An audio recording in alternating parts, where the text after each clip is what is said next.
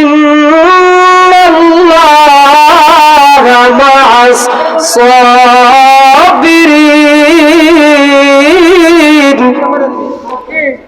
আল্লাহ এই আয়াতের ভিতরে বলতেছেন, ও পৃথিবীর মানুষ, আমি আল্লাহ তোমাদেরকে পৃথিবীতে পাঠিয়ে দিয়েছি তোমাদেরকে পরীক্ষা করার জন্য, এবং তোমাদেরকে ধৈর্য এবং কার কতটুকু ধৈর্য আছে আমি এইটাই পরীক্ষা করার জন্য পৃথিবীতে তোমাদেরকে পাঠিয়ে দিয়েছি। বাজান রে, আমি আপনি তো আল্লাহর পরীক্ষায় পাস করতে পারলাম না, আমি আপনি তো আল্লাহর ইবাদত বন্দেগী করতে পারলাম না, আমি আপনি তো আল্লাহর নামাজ আদায় করতে পারলাম না। হযরত আইয়ুব আলাইহিস সালাতু ওয়াস সালাম কে একদিন আইয়ুব আলাইহিস সালাতু ওয়াস সালাম কিন্তু উনি একজন নবী ছিল বাজান। তারপরেও আইয়ুব আলাইহিস সালাতু ওয়াস সালামের শরীর প্রত্যঙ্গ সব জায়গায় এমন প্রকার এবং কিরা লেগেছিল বাজান, শুধু জিহ্বা আর চক্ষু দুইটা বাদ দিয়ে সকল জায়গাতেই আইয়ুব নবীর কিরা লেগে গেছে। বন্ধু, আইয়ুব নবীর সকল জায়গায় কিরা লেগে গেছে বাজান। আইয়ুব নবীর শরীর থেকে এত গন্ধ বার হইতেছিল, সকল এলাকার মানুষ আইয়ুব নবীর গায়ের গন্ধ থেকে সবাই এলাকা ছেড়ে দূর হয়ে যায়।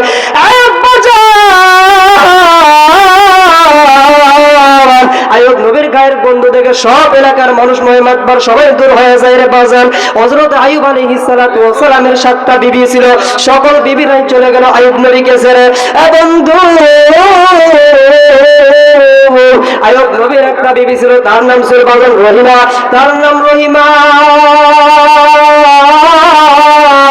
আইয়ুব নবীর বিবি রহিমা তো আইয়ুব নবীকে ছেড়ে যায় না।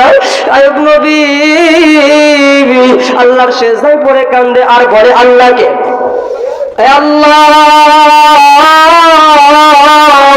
আমার সকল বিবিরা এবং এলাকার মানুষ দূর হয়ে যায় এবং চলে যায়, কিন্তু আমার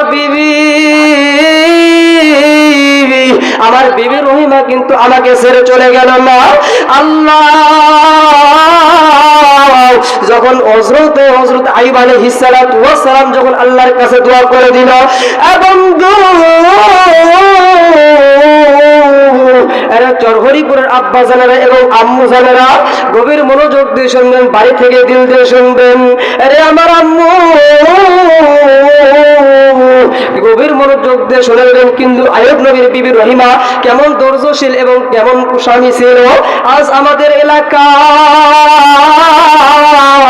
এমন কিছু নারী আছে, যদি স্বামীকে বলে, স্বামী আপনি যদি আমাকে যদি পাখি জামা না কিনে দেন তাহলে আমি আত্মহত্যা করব। আর যদি এখনকার যুবকরা মোবাইল ফোনে প্রেম করে, আরে বন্ধু যা, এই জন্যই তো কবি বলে দিয়েছেন বাজান, মোবাইল ফোনের ছাড়া আর মোবাইল ফোনে এবং ইন্টারনেট চলে আসে, মোবাইলের মাধ্যমে প্রেম হয়। আমি গভীর সময় নষ্ট করবো না, আমার হাতে শরীর কম। বন্ধু, হযরত আইয়ুব আলাইহিস সালাতু ওয়াস সালামের আলোচনায় যাব। আইয়ুবের বিবি, আইয়ুব নবীর বিবি আম্মাজান রহিমা ডাক দিয়ে বলতেছেন, স্বামী গো, পৃথিবী আসমান জমিন উল্টে যাবে তাও কিন্তু আমি আপনাকে ছেড়ে যাব না।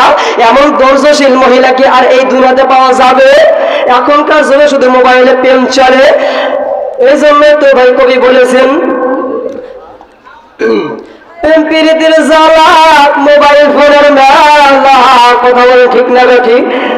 প্রেম প্রীতির জ্বালা মোবাইলের মেলা, এখন আর চিঠি লেখা লাগে না, এখন আর চিঠি লেখা লাগে না।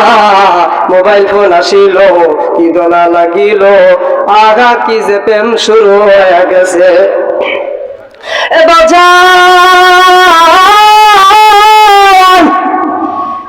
দেখেন আইয়ুব নবীর বিবি রহিমা, আইয়ুব নবীর শরীরে এত গন্ধ ছিল, এত কিরা লাগছে। আইয়ুব নবীর বিবি তাও আম্মাজান আয়েশা, আম্মাজান রহিমা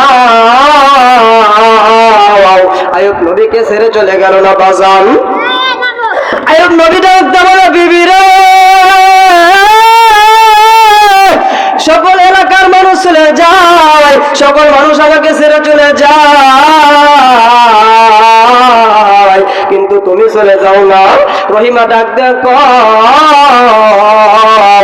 স্বামী গো, আসমান জমিন উল্টে যাবে তো আপনাকে ছেড়ে যাব না। একটু আওয়াজ দেওয়া বলা যাবে নাকি আল্লাহু আকবার? বন্ধু, এমন বিবি আর এই জমিনে কি পাওয়া যাবে? এমন বিবি পাওয়া, এমন বিবি পাওয়া খুবই কঠিন বাজান। এমন আপনি বসেন নাকি? আপনি বসেন। আইয়ুব নবীর বিবি ডাক দিয়া বলো, স্বামী গো, আমি যাব না, আমি যাব না। আইয়ুব নবীর ঘরেতে কোনো খানা দানা ছিল না। আইয়ুব নবীকে সবাই ঘৃণা করে চলে গেল। আইয়ুব নবীর বিবি আজ 3-4টা দিন হয়ে যায়, ঘরে খানা নাই গো বাজার। এমন ধৈর্যশীল মহিলা আর দুনিয়াতে পাওয়া যায় না। আমি আম্মুদেরকে বলে যাব, ও আমার আম্মু জানেরা একটা পক্ষ যদি না খেয়ে থাকতে পারেন না, স্বামীকে গালাগালিজ করে, স্বামীর সাথে অনেক খারাপ ব্যবহার করেন। ওই আমার আম্মু, ওরে আমার আব্বু জানেরা গভীর মনোযোগ দিয়ে শুনবেন। আম্মা জান রহিমা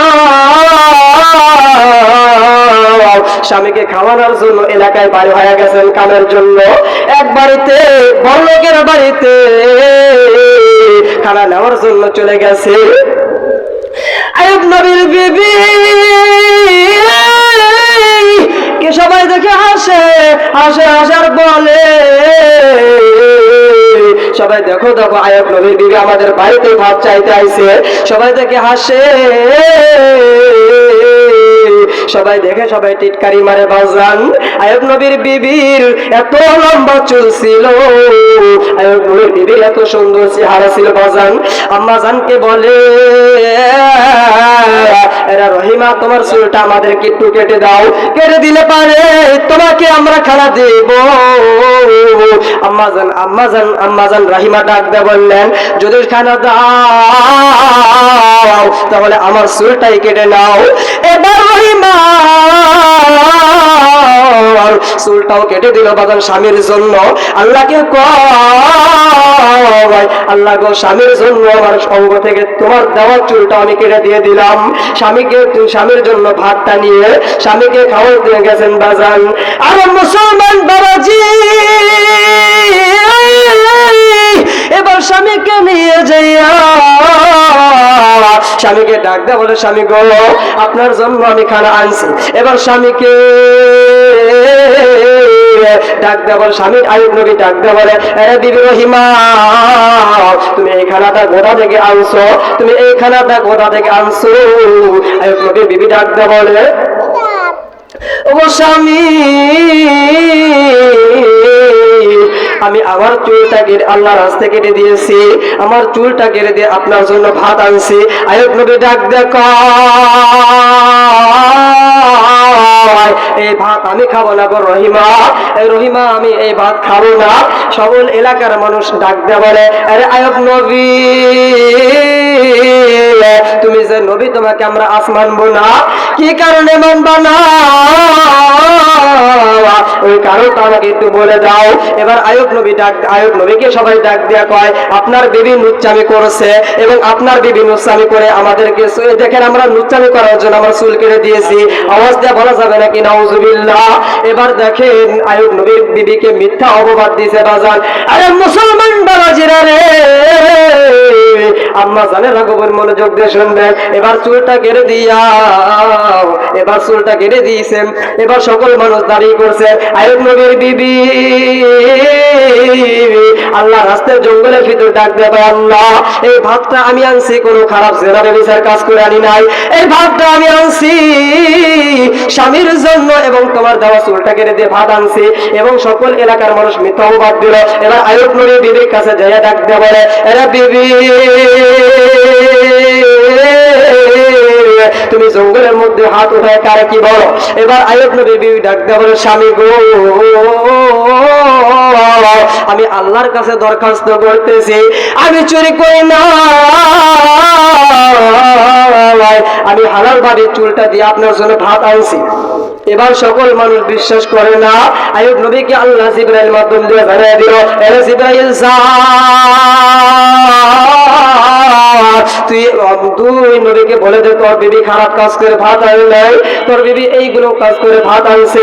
এবার সকল মানুষ বলে, দেখো দেখো আইয়ুব নবীর বিবি, দেখো বিবি, আর তোমরা আমাদের বিবি। আল্লাহ সঙ্গে সঙ্গে আইয়ুব নবীকে জানিয়ে দিল, আরে তুমি যেখানে থাকলা ওই জায়গায় তুমি 3টা লাঠি দিয়ে দাও।